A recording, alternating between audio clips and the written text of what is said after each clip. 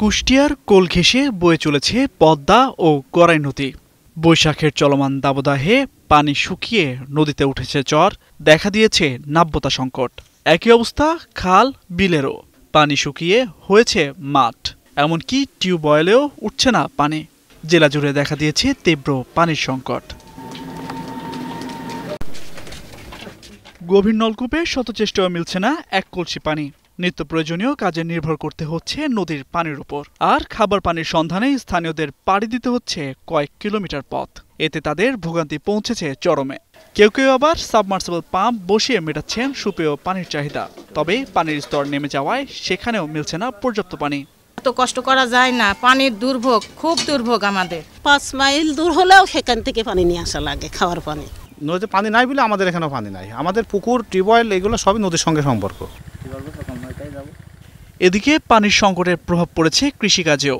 পর্যাপ্ত সেচ দিতে না পারায় ব্যাহত হচ্ছে বোরো আবাদ। এতে কৃষকদের কপালে পড়েছে দুশ্চিন্তার ভাঁজ। কিছু ধান লাগাইছি, ধানগুলাও মরে যাচ্ছে। এখন যদি কোনো রকম সেচ পাই তাহলে কিছু পরিমাণ আমার ঘরে উঠবে, আর না হলে আমরা শেষ। বিশেষজ্ঞরা বলছেন তীব্র পানি সংকটের অন্যতম প্রধান কারণ অপরিকল্পিতভাবে ভূগর্ভস্থ পানির ব্যবহার। এ কারণে ক্রমেই নিচে নেমে যাচ্ছে পানির স্তর। এই সমস্যা সমাধানে সরকারের পরিকল্পিত উদ্যোগ প্রয়োজন।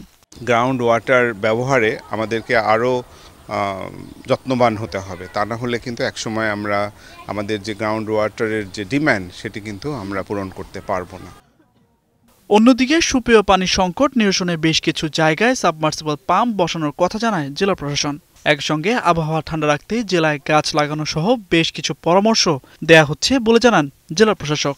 সক্ষমতার ভিতরে কিছু সাবমার্সিবল পাম্প স্থাপন করা হচ্ছে এবং আমরা সব সময় স্থানীয় জনগণকে আমরা উৎসাহিত করছি যেন বৃক্ষরোপণ করে।